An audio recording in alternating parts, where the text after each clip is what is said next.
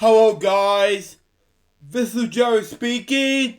Welcome to LJPCBM Reacts episode number 444. And today we're reacting to Purple Roads episode 18. And we're reacting to this beginning in 5, 4, 3, 2, 1, go.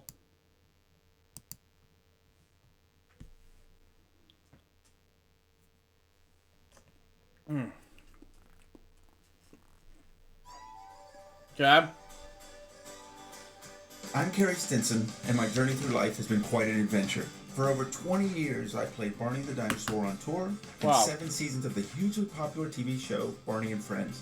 Now my journey is to bring together friends and guests from all over the entertainment world for inspiring and at times amusing behind-the-scenes conversation. I'm Carrie Stinson, and this is Purple Roads. Wow. Hey Purple Roads fans, welcome to another episode. We're doing these at home right now with everything going on, but it's just so important that we keep going. And I am thrilled to have one of my Barney friends with me this week in Todd Duffey. How are you, Todd? I am amazing. How are you, sir? Good.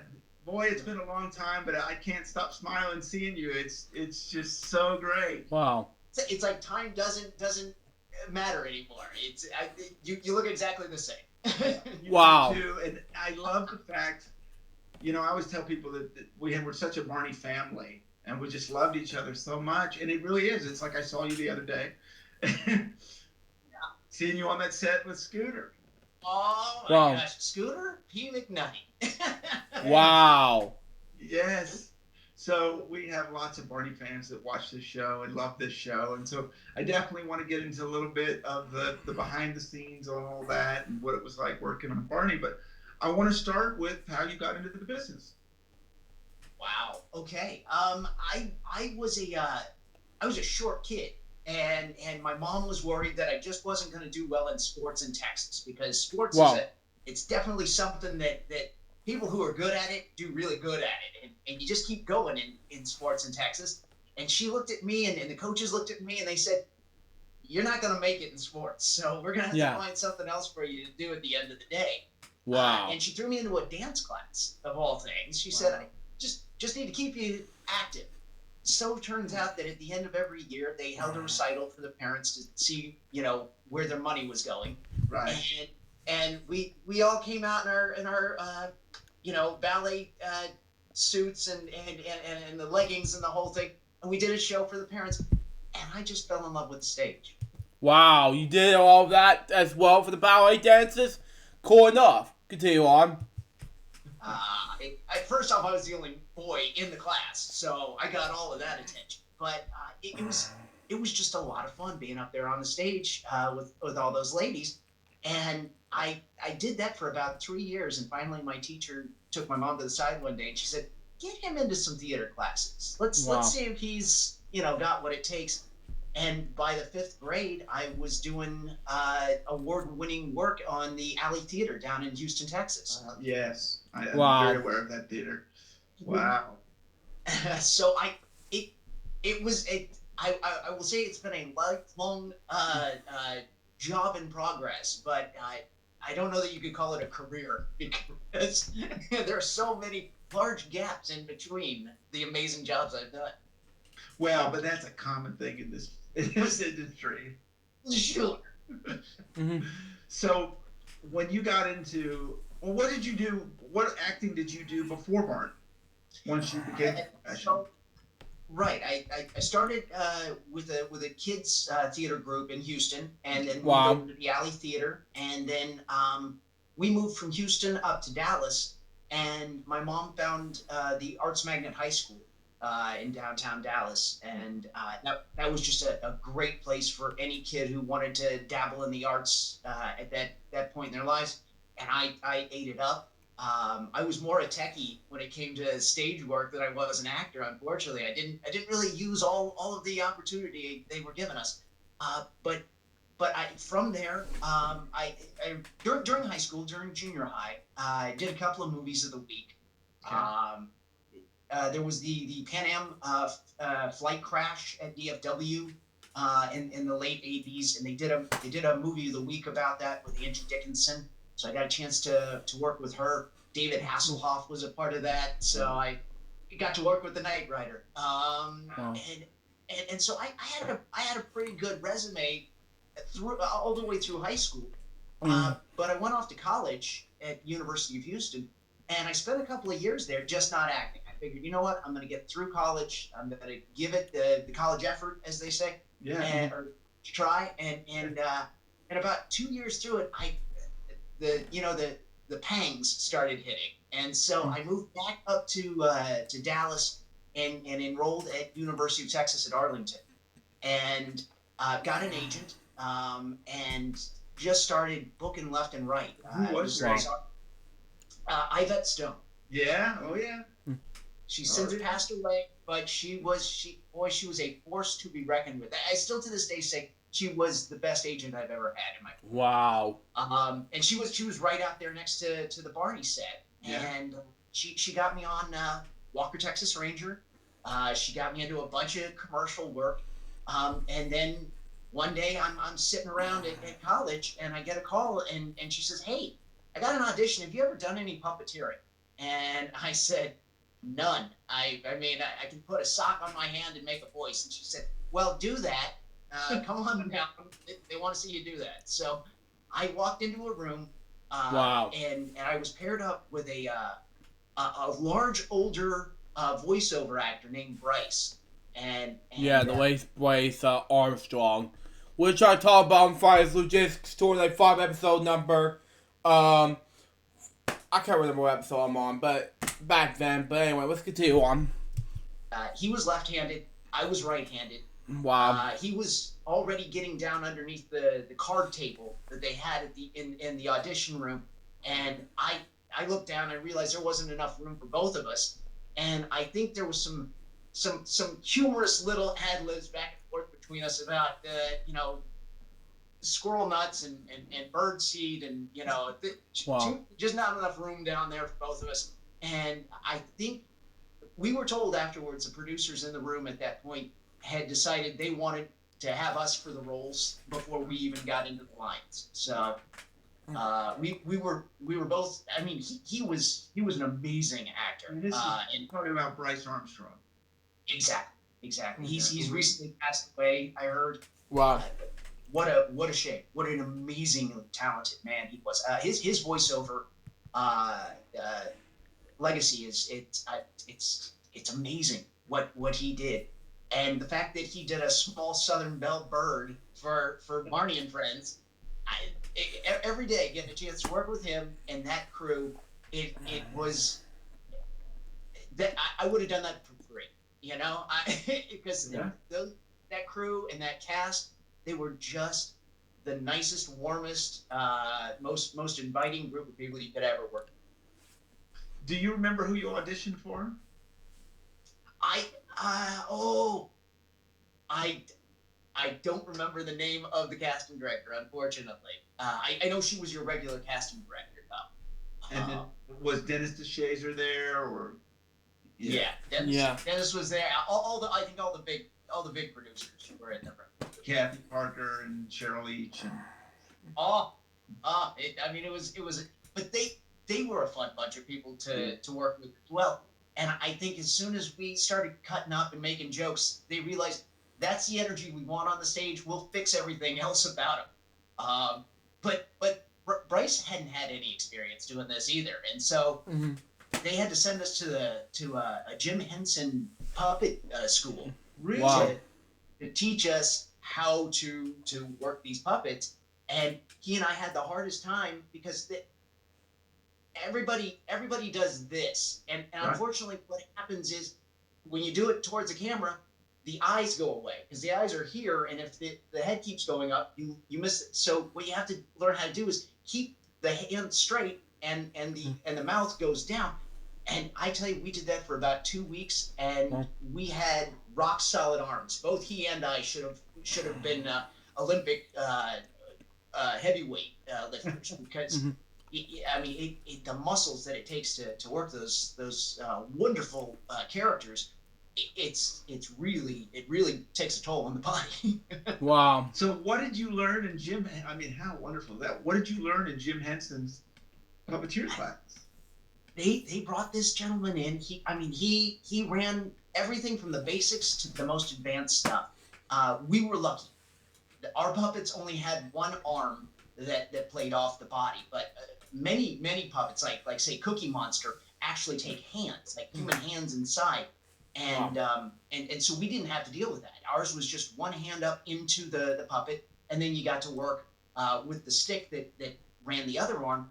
And I think for Miss Etta, for Bryce's character, I think his was one wing, and it also ran the glasses for the bird. Mine ran, my eyes could get bigger or smaller on Scooter, and he got to goof around with an arm. But they taught us how to work 2-arm puppets. They showed us how to. They brought in a puppet that actually takes 2 to 3 people to work. And I know if I ever got back into puppeteering, I would have to go back to school for sure. Wow. I love this story because I'd never been in a costume when I auditioned for Barney, and so a lot of us did that. A lot of us went through that experience, but the producers knew what they were looking for and had that exact thing. Well, we'll figure he'll get in and he'll be fine. And I think it's fascinating. You went from the same experience. Did you come up with the voice? I did. I goofed around with a couple of voices. I had done some voiceover acting around that time for just local radio ads, that kind of thing. But in terms of character acting, they showed me a picture. I think it was just kind of a rendering of what they thought Scooter was going to be, and I don't know why I landed on the nasally little that I did, but they seemed to love it, and I never questioned it. I figured, you know what, I nailed it. Let's just keep going. That's awesome. Can you give us a little bit of Scooter? I'm Scooter McNutty. I'm on a Barney show, and we really just love this show because it's a great show. I love it. It's so fun doing this because the memories just come. Do you ever get people asking you to do it? Oh yeah. I've had quite a few fans who, once they figured out that I was the guy, because it's not like you can look at a picture and say, oh, you did that thing. Right. So I've done a couple of autograph signings where I come in with I've done some other shows. I was on Buffy the Vampire Slayer, and then I did a movie called Office Space. And everybody wants to look at the pictures and see who you are, and they look over, and I've got a picture of Scooter, and they look at Scooter, and they look at me, and they're, what is that? And I tell them, and they're like, oh, you're Scooter McNutty. And it's amazing just to see like their light bulb go on, and they get it. And they're like, oh, I love that character. So that. But I'm sorry, go ahead. I was just always fascinated going onto that set because it had been built for Barney and the baby dinos and the kids, but a lot of work was put into it so that Scooter and Miss Etta could be a part of the show as well.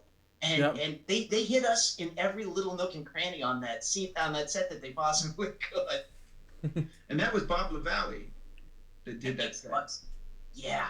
What an amazingly talented man. Wow. Yeah, we've had him on talking about some of his stuff before. I mean, his work is amazing. Because that was in Las Colinas, right?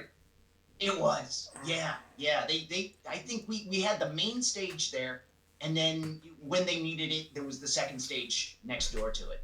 Mm-hmm. But it was like walking into another world altogether when you were on that set. So what was it like? So you're doing puppeteering that you've never done before. You've created this voice of this puppet. You're now working in this huge stage in a tree set, massive set, with not only kids, but dinosaurs, costume characters. I mean, you've got everything you can imagine on that. What were the challenges for you doing that? Well, you just throw reality right out the door. I mean, with a cast like that. Right. And they had the large cameras that were on wheels that rolled back and forth, and just to watch the choreography of the cameras and the floor director, and then to sit in the edit booth and to watch Bing Big, love Big, yes. Mm-hmm. To watch that man work his magic between the cameras and take the takes. Oh, I mean, it was like a choreographed ballet every day. Miss Penny was there actually doing the choreography. I mean, it was just an amazing group. So we talk about Miss Penny a lot. She was just, we were all such huge fans of hers. What was your experience with Miss Penny? We loved each other. We loved each other dearly. I don't think she knew what to do with the kids and the puppets, and I'm not sure. I don't think they ever asked her to choreograph for the puppets, but right. she just didn't understand what the puppets were doing. That said, we both had the utmost respect and love for each other. You know, I was fascinated how on a weekly basis she would come up with 4 to 5 dances for that show, half-hour show, and 2/3 of the show is kids dancing with dinosaurs around a set like that. That was just amazing. Right. Wow. And then you had puppets. Out of nowhere, throw a puppet in there, you know. have a guest actor on from time to time, and this recurring group of just oddities and wonder. It was and how they wrote for that stuff. It's absolutely amazing. So I want to talk a little bit more about Bryce. So how did you, when you were actually doing the show together, did you work together? Did you talk about what you were doing? How did that go? Absolutely. He had the voices down, and he understood the microphone system. The microphone system was a lot different for him than he was used to. He was used to standing in a voice booth, and he had a microphone in front of him. And for Barney, we had to wear these headpieces with microphones, lavalier mics on our foreheads. Okay. Wow. And to be able to get into these small areas the way we did, and not bump our microphones, sometimes it became difficult. So he and I both had to learn both from each other, and just in talking to Bob about the set and what we could do to get a little more space. And it was a very accommodating crew. They worked with us to make sure that we were as comfortable as we could be, while at the same time being able to make the show look like it was a real place.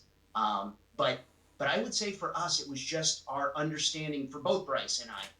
And he was a bigger guy. Yeah. So he was a little more cozy in the places that they put him. But the voice work, I mean, just to be able to sit down at lunch and talk to him about the voice, the voice work that he had done, but then how we could improve our characters and how to, because my voice was out there and it got in the back of the throat, and he explained to me how to do it for the longevity, because we weren't sure how long they were going to keep asking us. We were just happy. Like, it was on a week-to-week basis. We had contracts, but we weren't sure if they'd call us back, because we felt like we were afterthoughts to this already great show. So we weren't sure, but he said, look, if you want to take care of your voice, these are the ways to do it. This is how you do it. Make sure you've got warm water. He drank hot tea a lot on the set. So he was just a head full of knowledge. Mm-hmm. Wow. Yeah, because I know he went on to do some Dragon Ball Z work, and I knew he had a lot of work beforehand. He really had an accomplished career. Wow. Yeah. He's one of those people that when you look him up, looking at him, at the man, you wouldn't expect that he had done so much of what he had done, and a resume that just goes on for pages. If you haven't checked out my reaction video series back in Perry Wilson side, what I'm talking about in the past LJPCBM episodes, like Purple Tail / Purple Roads, that's just me. To you all. It's amazing, both on camera and for voice work. Like he was in that industry, full force. Wow. Well, then you got Bob West. Yes. And then you had Julie Johnson and Patty Wirtz, right? All three of them. Absolutely. What was your experience? Obviously, I know them really well and love them so much. Wow. What were your experience? They're just crazy, and I love them to death. What were your experiences Well, with those three? Or why don't we do them individually? Well, let's talk about Bob first. Yeah. I mean, Bob, just the smile on Bob. He was infectious. You know, he'd come into a room and it would light up because Bob was there. He was a big giggler, and he loved laughing at stuff. And so I would try to make jokes as much as I could around him, but he was so interested in Scooter and wanted to know what Scooter had to think about things. And so I found myself having a lot of conversations with Bob with Scooter on my arm. Wow. And it was funny, like walking around that set. A lot of people, if Scooter was on the arm, they would wind up talking to Scooter and not talk to me. And wow. it was just fun to watch Scooter. Like at some point you just become the character. So Sure. I had some head nodding and taking the information in while I was listening, you know. But isn't that like the ultimate compliment when people forget you're there? Exactly. But it was just weird to be, because, like I said, I'd never done puppeteering work before, and here they were talking to my character, trying to get an answer, and I'm thinking to myself, what am I, chopped liver? What's going on here? But you're absolutely right. At the end of the day, it was a real kudos to me. That they took the character as seriously as they did. Yeah. And then Baby Bob, Julie Johnson. Julie Johnson. Oh my God. Her energy was just amazing. And Bob, I mean, when Bob went away to do the movie, and she went away to do the movie as well, it was kind of a different set, you know? Wow. Not saying anything bad to the people who kept in, but just the energy was different, because Julie and Bob and Patty. Patty, those voices, they are the voice of the characters, you know. Wow. And when you look at a Baby Dino, or you look at a Barney, you expect a certain thing to come back, and without them there, it was. I mean, I understood it as an adult human being, but it was just off. It wasn't right. So they held a level of talent that I think they raised both Bryce and I up a level, because we knew that we were playing with the big kids now. Right. Was this your first TV show? I had done live action shows. This was my first tier show. Right. I had been on, I had done my movies of the week. I had done Walker, Texas. Sure, but a production like this, where you're doing week to week. This was the first one where it was a recurring character. I think they called Scooter. Right. But I think there were maybe in three seasons of work. Wow. I think there were only 2 or 3 weeks where they didn't call us in. Oh, okay. So we really felt like we were a part of that cast once it started. What was your biggest challenges? Other than we talked about the audio, what other challenges did you have?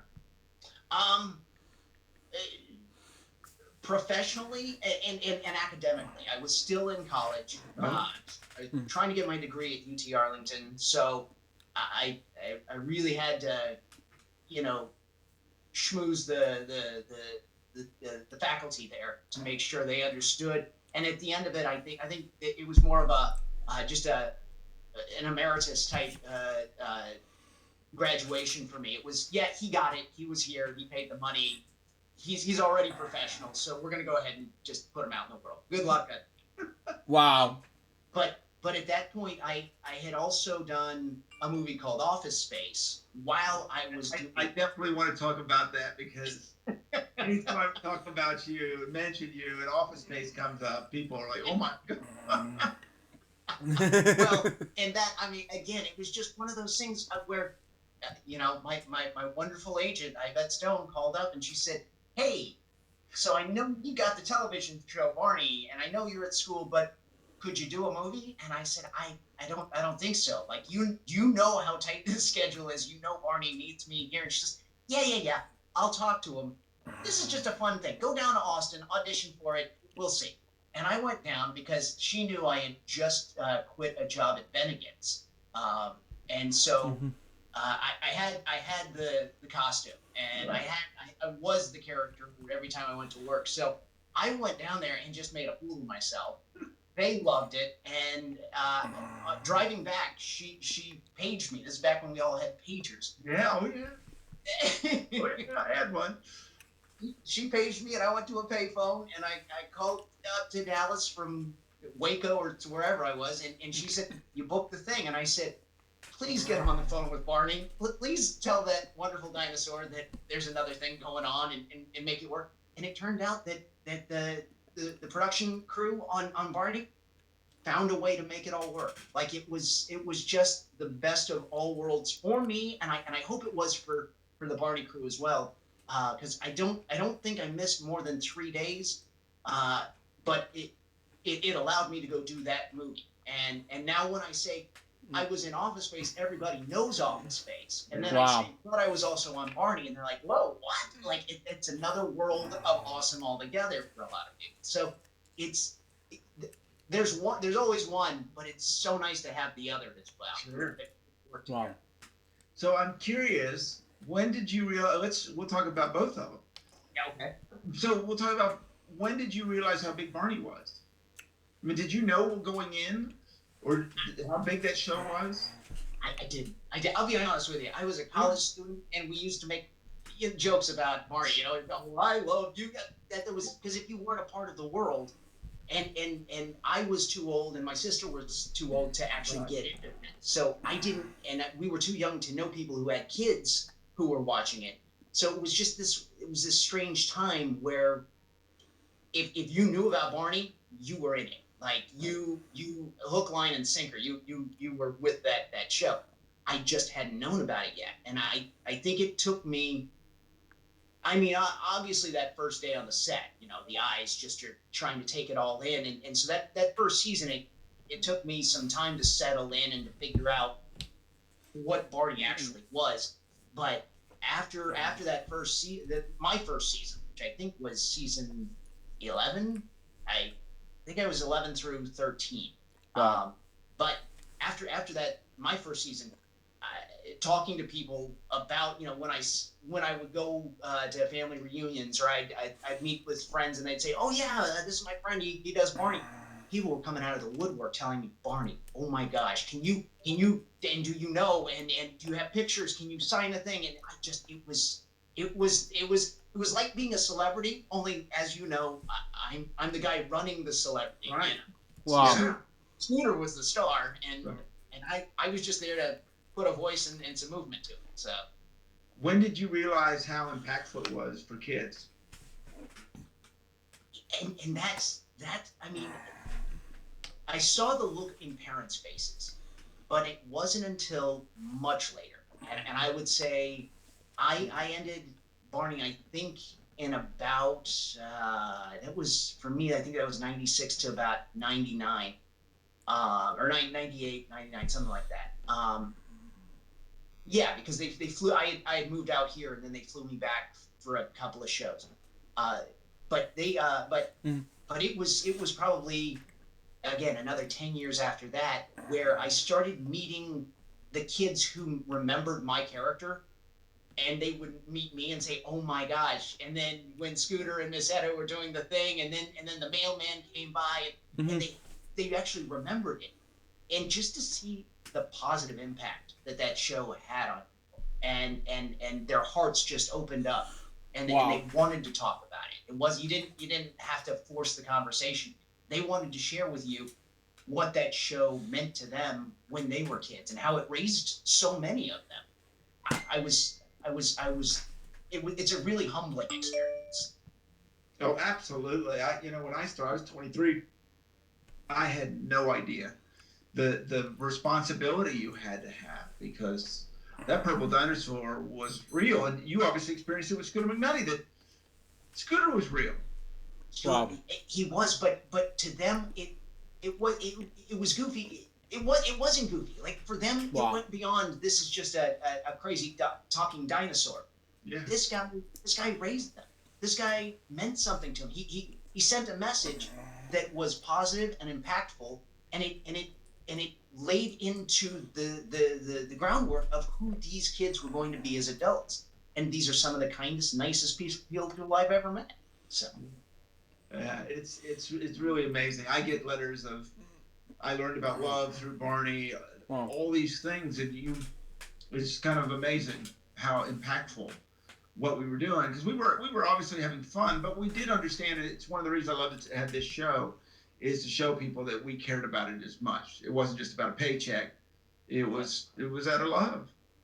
And I think that's, I mean, like I was saying, I think it was the second season that I did on Barney that I realized why there was such a great gelling nature to everybody who worked on that show, because they all got it. And they had opened and invited Bryce and I in, and now we were also a part of it. And it wasn't everything. It wasn't ever anything that you wanted to get away from. You really looked forward to waking up and going to the Las Colinas studios and doing that thing one more time. It was never a job. It was always an opportunity. Wow. Yeah, absolutely. So, Office Space. When did you realize when you were doing it how big it was going to become? I mean, I run into people all the time that just freak out about that movie. When did you realize what you were doing? None of us did. None of us. We did the job. We enjoyed the job. I'll tell you, the outtake reels that they must have cut out of that movie, because that cast was probably a group of some of the funniest people that were going at that time. They were just no holds barred, amazing comedians, amazing improv actors. They rewrote the script during takes, and even Mike Judge said, "You guys are the characters. Please just make it your own. Like, whatever comes out of your mouth, do that, and then we'll also do the script, and we'll figure out what we're gonna do to the film." I have to, like, I was only really there for about 3 days, and I bet they let me go on for at least a day of just ad-libbing. And it was such a, after being on a safe set like Barney, I didn't go to that set with any fear. So, and for actors, it's difficult to, because and I'm not going to say that Scooter was a great deflecting shield for me, but I wasn't what the camera was seeing. I was a part of what the camera was seeing. But to be in front of a camera and then have people not like what you do, that really can tear you down. And so I hadn't had that, because there would have been just so much support through Barney that I did that audition thinking, this is fun. Like, I'm having a good time. And if you can do that as an actor, you're going to go a lot further than any other actor. And that's what most people are looking for in an audition. So when we were down there, we were doing it just because they had said, "Come on down and let's make a movie." It was strange how they put it together, though. Like, they threw it out into movie theaters, and it bombed almost immediately. And I think it was their advertising. And I've spoken to the actors, and I've spoken to the producers on this, and they say, we're not sure. We're not sure if it was manufactured that way or if that was just how it happened. But it died in the theaters, and then it went straight to video. Wow. Back when there was VHS and Sony Beta. Wow. And that's where it picked up. That's where it grew legs and actually did something. And once people started watching it at home, it had a life of its own. So for us to be able to say we saw that coming, I don't think we could have, because like I said, it died in the theaters. It was there for 2 weeks, and they pulled it as fast as they could, because nobody was going to theaters to see it. Right. So it just kind of had this underground thing that happened to it. It came up, and next thing I know, I'm walking down the street, and cars are driving by, people are going, "Hey!" I'm thinking to myself, wow, like, that's impactful. Okay. I got a lot of free drinks off of that job. Oh man. I bet you did. Any bar you go into, anybody who recognizes you says, "Come on over, have a drink, but do the thing, do the line." And I did the line, and then I get the drink. It was good times. Man. You gonna do the line? Yeah, exactly. Hey, get a room, you two. Isn't it crazy being an actor, not realizing what you're going to be known for? Oh. Like you're doing a line, you're doing a part, you're doing something, and next thing you know, the rest of your life you're doing it.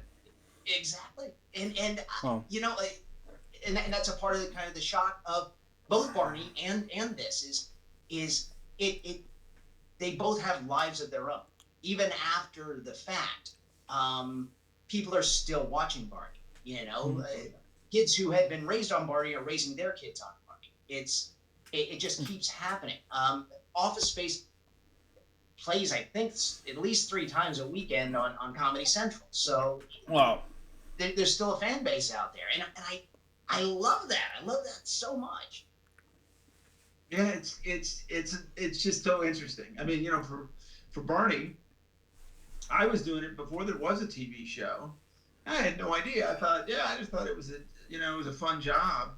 And then next thing you know, it goes and it goes and it goes, and then there's thousands of people showing up and all the things that are happening. It's crazy.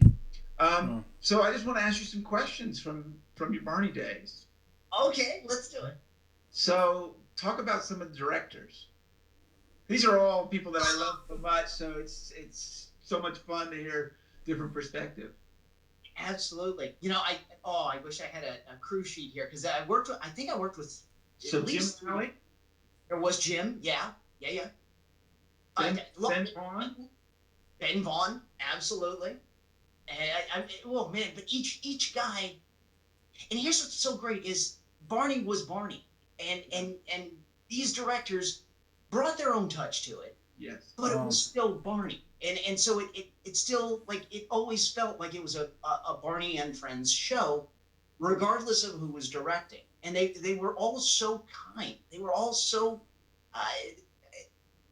interactive with the kids, because I don't know how hard it is to direct a kid, but those were some of the best child actors I've ever worked with. And they just had a presence and a respect for the show, and to be able to work with these directors who knew how to just mellifluously make a 30-minute show happen with so many people on board on a weekly basis.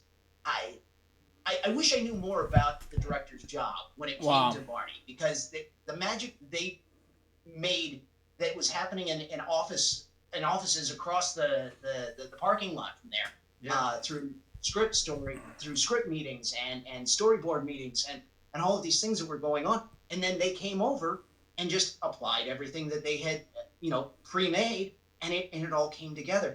That's a kind of magic that most people don't even understand. No, I think it is very hard for people to understand that, because we were obviously educating kids. As you mentioned earlier, we're singing and dancing, throwing all that in. You're dealing with, some of these kids were very young. Wow. And then you've got 3 dinosaurs in massive costumes, and then you've got puppets, and then like you said, you even brought in special guests and all kinds of people. Absolutely. I was fascinated by that, and the fact that the director had reins on something that could have gotten away so quickly, and made it turned it into something that was so beautiful to see at the end of it. But I mean, they made it fun while it was happening, and it was. I'm sure there was a lot of work that went into that. It just seemed so easy, and the directors just kind of had Jeff and Ben. Just amazing talent. I think a lot of those guys. No, I think it was the cameramen who were doing sports on the weekend. Yeah. I mean, to be doing NFL one weekend or NBA, on a Friday night, and then on Monday be back to start rehearsing for a children's show. That's amazing. Yeah, I have such fond memories of those cameras, because they would give me little cues. They would, right before something was going, because you can't see obviously very well, and they give you a little hand. Hey, move over there a little bit, or turn your nose there, or do this and that. Wow. And those little things that people don't know, but boy, they were definitely helping a little bit, because they would know, right? Hey, so the director's looking at this and this. So if you point here, think about this, because I try to explain to people, we're working with kids. So really, for the adult actors to miss a take, I always felt bad about it, because you really, if we all get it right, and the last thing you want is we got to do another one because Carrie messed up. Exactly. Wow. Exactly. and I mean, I don't think we ever had more than 4 or 5 takes on anything. I think it was such a well-oiled machine. And again, this is why I tell everybody, I was just so fortunate to be a part of it, because you guys already had it. It was, Miss Etta and I were cogs on a wheel that was already running very well. Right. But to be allowed to do that, it's, I hold other shows accountable when they can't do what Barney did. Isn't that interesting? Yeah, and I want people to know. So I was actually touring when you were working with David Joyner. Yeah. And then Jeff Ayers, right, was Baby Bob, who's one of my dear. I just love him to death. He's as crazy as they get him, but I love him to death. And then I think Jeff Brooks he's playing BJ. Yes. Remember that? So it was those 3 at the time. And I had come by the set several times, so that's where we met. And I had heard about the puppets, so I was like, we're doing puppets now? What's going on here? I gotta go see that. Man. In those touring shows, I didn't even know about that until probably halfway through my 2nd season. That was amazing. There were shows based on some of the shows that we had made. And they were just like amalgamations of the actual television shows. And there were entire other casts and crews out there doing that stuff. I remember when we were making the movie, or when the movie was getting made, Scooter and Etta weren't a part of the movie, so we just kept doing the TV show. But all of the A-list crowd went to go do the movie, and these people who came in, and the voices say, like I said, only just because I had been so well versed with the actors that I knew to be doing voices. But these people just filled the bill. Like it was like, no, this is another day, another job. We're gonna make another amazing show. Did you work with Josh Martin? I did. Yeah, because Josh came in. He was on the road with me, and Right. I'm doing some promotional stuff. And I know Josh came in and worked with you. Yes. Yeah. No, he amazing guy. I was there. The rehearsal. This is an unfortunate story, but people love hearing this story. Well, I want to hear your version of this story. I know where you're going with this, so I want to hear your version of it. So it's a rehearsal. I think it might have been a shooting day, but it was early in the morning. We're all getting ready. We're across the hallway getting coffee, trying to wake up. It's 7 in the morning, and we're all trying to get into the groove of the awesome that we're about to be a part of. And the stage lights are warming up, and Miss Penny's out there, and the cameras are trying to choreograph what they're doing, and the music's going, and we're all just kind of tapping our toes, and it's another day on the Barney set. And all of a sudden, out of the periphery of my eye, I see smoke coming out of Barney's mouth, and I thought, maybe we're getting punked right now. Right. Someone got okay, must be a joke. But I really, it didn't even take that long to realize there's something wrong. And Barney, the character, all of a sudden is not dancing anymore. He's jumping up and down. And there's a voice from the inside that is not Bob's, and it's not the gentleman who took Bob's place at that time. It's the guy inside the costume, and he's saying, "Get me the heck out of here! I am on fire. I can't get out. I'm caught. Somebody help me!" And I think it took all of us. It seemed like forever to try to figure out what was happening. Yeah, it's a story we've talked about, because it was Josh that went through that, and it was just something that happened. It's such a crazy thing. Oh my! We had done that show, and you guys had done it for at least 12 years at that time. Like I said, I think it was maybe my last year on the show. Maybe it was my second year on it, but you just don't expect to see that. Yeah. You know? That's just not something that you can foresee ever happening. The baby dinos walked around with ice chests on inside the costume just to keep them cool, because those costumes they had to got up to 100+ degrees while they're dancing. Wow. Those things. Yeah, it's one of those things that you try to explain to people to make those characters alive. Yeah. You know, I had unfortunately several times that I fell, and there's incidents that happen, and you know, maybe a concussion or two, and thrown out my back, but all of us went through. We knew what we were getting into, and you know, I always try to make this so clear that the Barney people were amazing to make sure we were safe and taken care of, and you know, any of those aspects that happen. But to make those things happen, you know, it's crazy. It really is. It really is. I mean, the stories that casts and crews can tell that other people just won't ever seem to understand, because it could only happen on a stage or on a set somewhere, you know? Sure. Sure. Wow. Fascinating. What lessons did you learn from working on that show? I learned that and this is, you'll understand it, and I may need to explain it, but I've learned that anything is possible. Like, because I saw it done on that set. You would walk in, and you knew that the set was going to be different every week, but to what degree? And then you would walk in, and it would be an entirely different world. And we would do the same thing we always do, which is make that awesome show based on wherever they put us, you know, and to see everybody come together, and it wasn't, there were no adversities. I'm sure there were. I'm sure financially, you know, in the upper echelons, they had their issues, but at least on the floor, our job was just to have as much fun as we possibly could, and I think we did that, and and to be given that ability on a weekly basis, to be paid and told, have as much fun as you possibly can. That's the greatest joy I've ever encountered.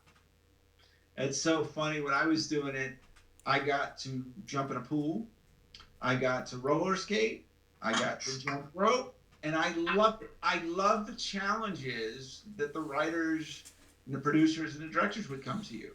And you said, I always said, sure, I can do that. And they'd let me do it. As crazy as that is, I jumped into this massive kids pool and, you know, roller skating. Are you kidding me? I can't see what I'm doing, but sure, I'm going to try that. And then the jump roping was, you know, it's crazy because you're having to watch the rope hit the ground and just, you know, jump in and hope it works out. So I loved it. Did you do any crazy stuff with Scooter? Was there any things you were like, oh my goodness, how am I going to pull this off?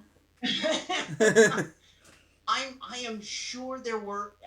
Oh man, there was some stuff where they had to hide us, and I think we they gave us these black wrap headpieces so that wasn't, you know, our head wasn't just poking out behind our character, right?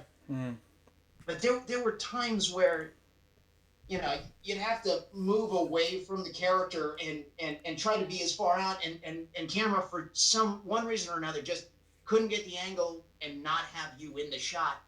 And I think they had me underneath a table at one point, and for some reason my sleeve just kept getting seen.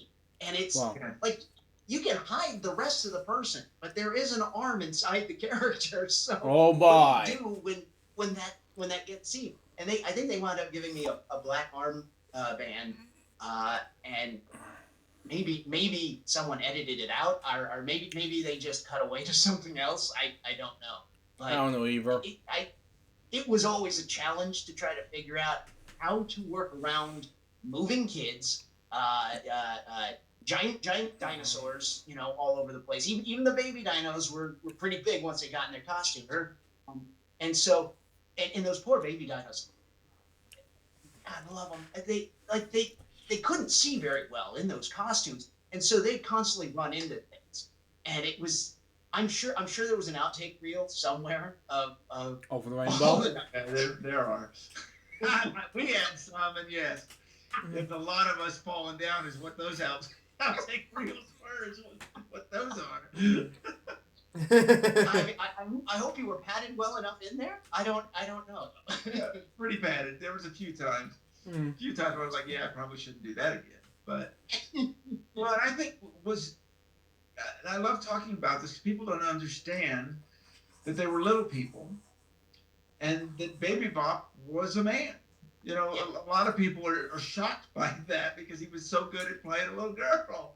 That flip of the wrist, you know. Yes. And it went with the voice every time, and he took it there every time, and it was fun to see him play Baby Bop outside the costume, you know, because he was a man doing these, you know, these female-y type moves, because she was such a girly girl character, and it's just funny to see Jeff do that. Oh, I know. We've had him on Purple Roads, and he's just one of my favorite people, and he's such an amazing man. You know, for little people, you know, it's a challenge. People aren't used to that. I think, you know, we've tried as a world to be accepting of everyone, but little people are something that, you know, I learned it on the road traveling with them, and he is like so strong and so confident and such a leader, and was just such a pleasure to work with because, you know, for Barney, we're bigger guys and we can run around, and they always kept up with us. Wow. Yeah. Double time because for every step you took, they were taking 3, you know, and those costumes weren't very forgiving. Like you only had a limited leg space to move in, and those poor guys, and they got around. Like they were running marathons every day. It was crazy. Yeah. Wow. So what did you do after Barney?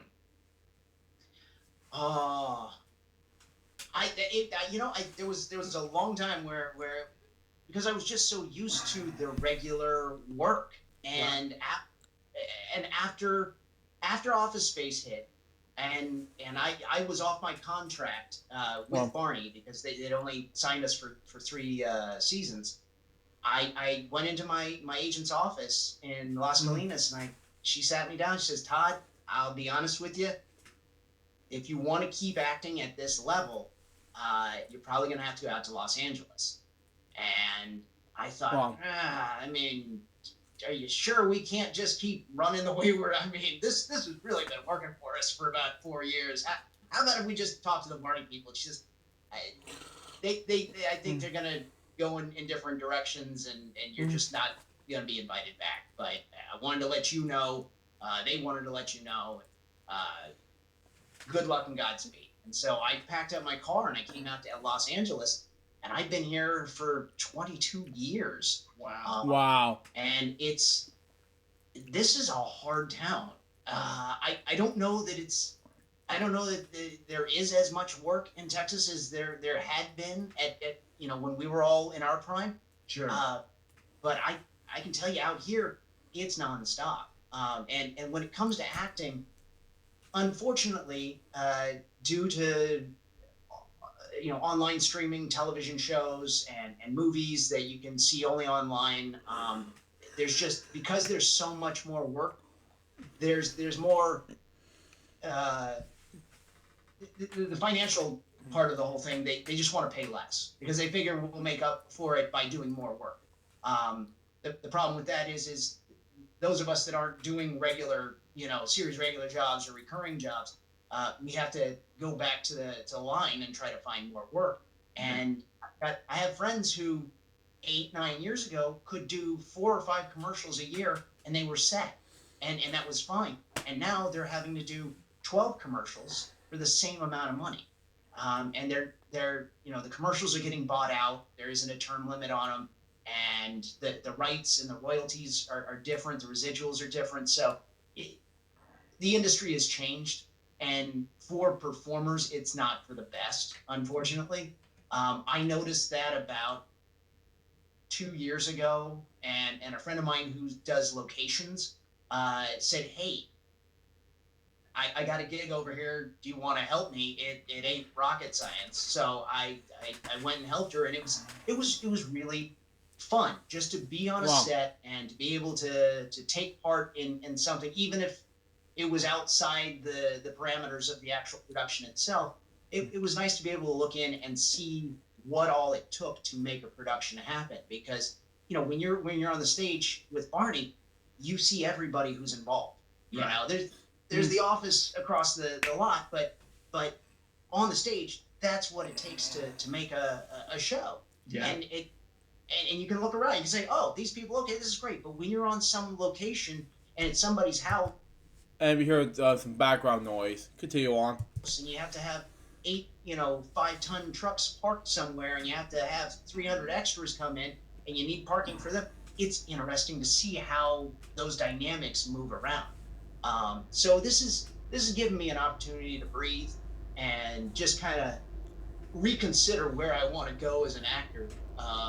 If that's even an avenue that I want to take, I'm not sure. I know there's a lot of heartbreak and a lot of rejection, and when you get a chance, it's the greatest chance in the world. But these jobs are not forever. These jobs, there's always an end of the line for these jobs. Oh, absolutely. For Barney for 2 years. I mean, after being in a costume, what did life look like? It was obviously tough. Because of the love I had for it, and 22 years of doing it. I went into photography, so I went back to school. Wow. I had realized that I'd kind of seen the world in a very unique way, but I had no idea how to use a camera. So I found an incredible mentor, Vanetta Thomas, she's an amazing woman. She's actually teaching in Las Vegas right now. And kind of took what I saw and showed me how to actually do that with a camera. And then, shockingly, here I'm doing these podcasts. Wow. I had stopped talking about Barney for years, and I got asked to be on a show to talk about photography, and the guy said, "What did you used to do?" And I said, "Well, I would, Barney." "What do you mean you were Barney?" The TV show with the... You're lying. I'm not. Google me, because of course you've had to do the same with Scooter, right? You have to tell people to Google you. And he was like, "Oh my gosh, will you talk about it?" And so I did, and next thing I know, I've got this podcast, which has been it's been so joyful. One, I feel lucky as heck because I get to sit here and talk to people like you and tell all these stories, remember all these things, and I can't stop smiling. But I realize that people still love Barney, and they love all these kids shows, and the impact we have, and we get to tell people how much we loved it and how much you haven't stopped smiling the whole time, obviously. Yeah, it's just great to be in the same space of somebody who's been there and understands it. Yeah. So I was on Buffy the Vampire Slayer. I was a small recurring role, full of prosthetics. Nobody recognized me, but Joss Whedon, the creator of the show, came up to me in one of the last episodes that I was on. He said, "So, Barney, huh?" And it was, here's an esteemed director that is well known for his movies and his television shows, and he wants to have a conversation about Barney. Like, yeah, let's talk about it.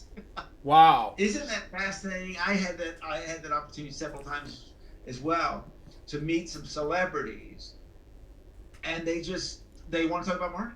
It's the most fascinating thing, and I realize, and you probably realize this too, is that they're parents.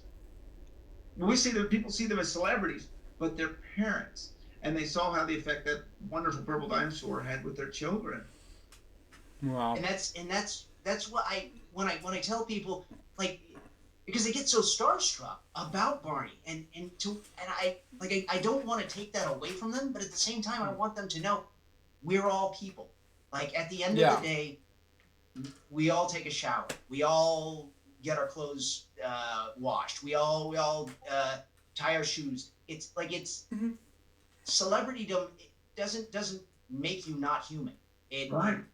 It's a title that we put on people, but they are just like we are, and it's better to confront them as people. And I've had this conversation with many name actors that I've worked with in the past, and they would so much prefer to not talk about their celebrity. They just want to talk about what beer they drink, or what car they drive, or the last book they read. You know? Yeah, I got to meet Forrest Whitaker and John Travolta, and I can go on and on and on. Yeah, that's amazing. But their reaction was they lit up seeing their kids with Barney.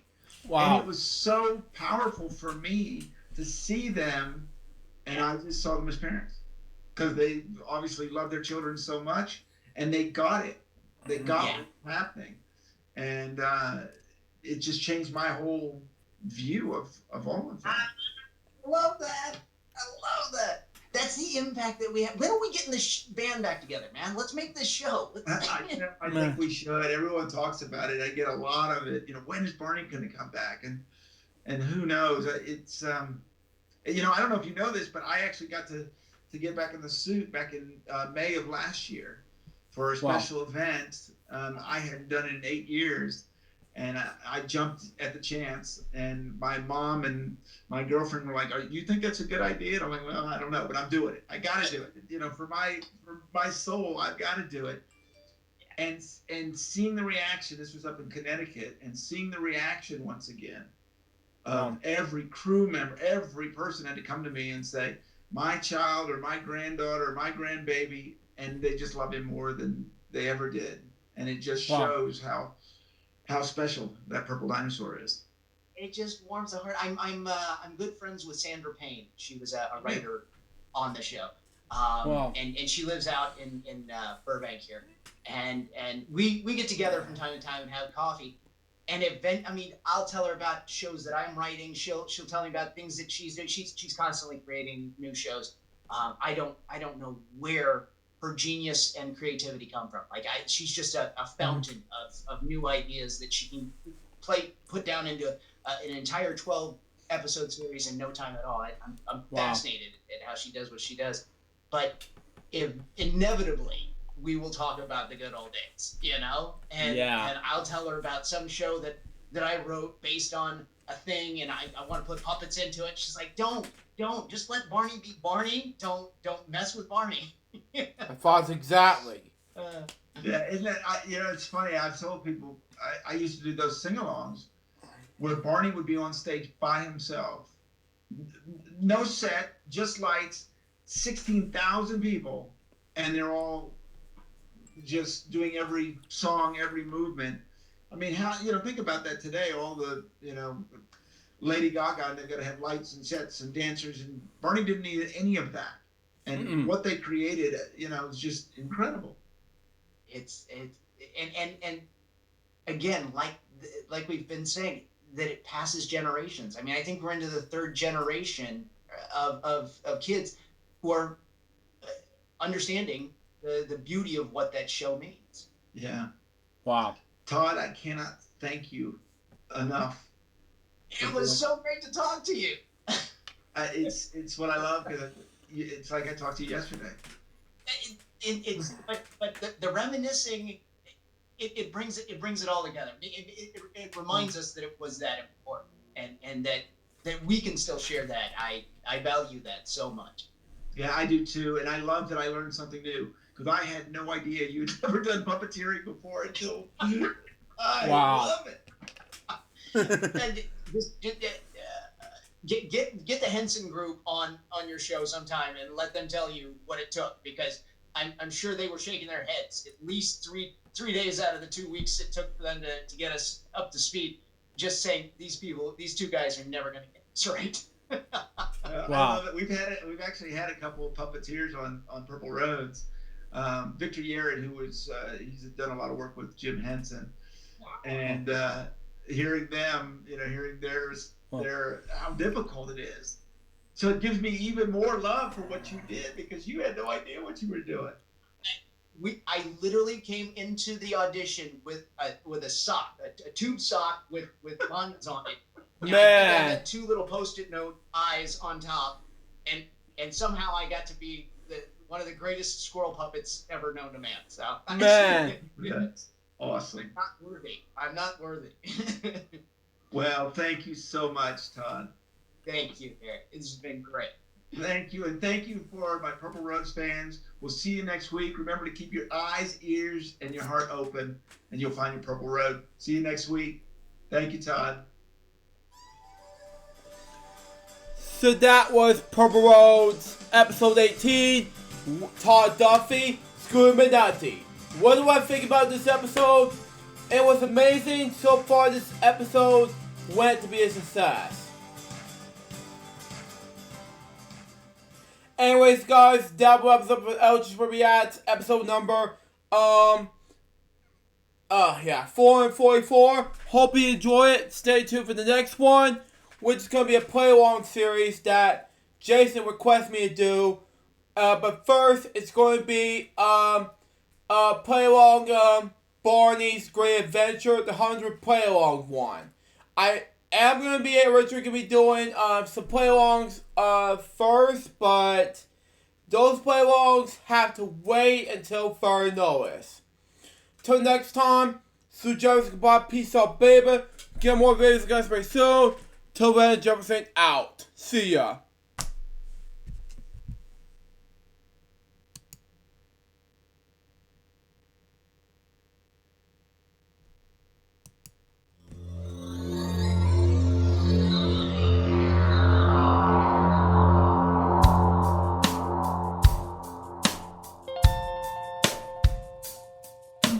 Given unto me this life I'll never take for granted, and given all the time I fail to really understand it, I never sought to meet the maker of reality, the one who gave the life that which is always happening, but I tried